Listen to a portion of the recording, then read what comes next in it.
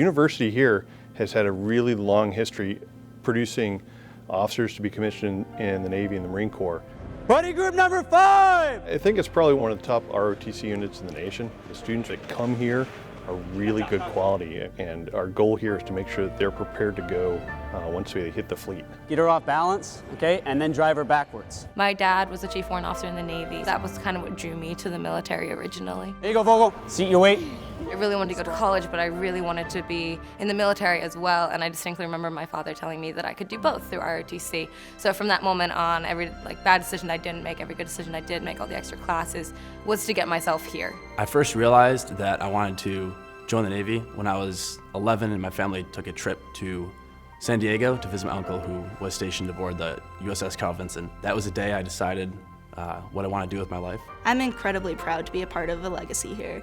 ROTC has been here for 75 years. We're all shaped to be the best officer both in the Navy or Marine Corps. And we're here to save lives, and we're here to actually have a purpose with our life. And it's incredibly humbling. As a young ensign, you're going to be standing that TAO watch. Every NROTC student takes on additional burden when it comes to academics. I mean, there's an extra probably 10 to 14 hours a week, extra duties that they have on top of their normal academic load. But what that's spent on is developing leadership skills. But that's where your procedures and your professionalism comes in.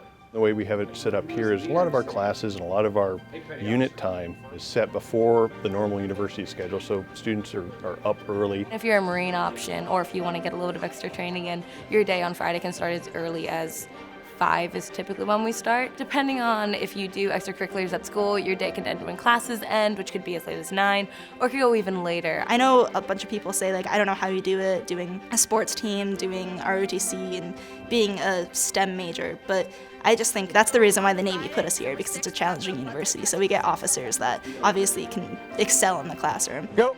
To be successful in ROTC and as an officer, you do have to be more physically fit than most of your peers here at the university. But it's something that you grow into and something that you work towards. Don't get caught in his guard, Cogswell. It's all for a bigger purpose. So we push ourselves now here at NROTC, and when the day comes that we have to execute a mission that requires physical stamina or physical training, we have that already down. After I graduate, the same day we will be commissioning. So we'll go to graduation in the morning, that night we'll go to commissioning, and we'll be officers in the Navy and Marine Corps. Anytime you have a young person stand up and take the oath of office to support and defend the Constitution of the United States, it's an awe-inspiring oath. There are so many people that have come before me and done this and have done amazing things with their life, and I'm extremely humbled and honored to be able to follow their tracks. Every decision that I've ever made has always been what's going to get me back aboard any ship to allow myself to continue that mission and to also serve this country.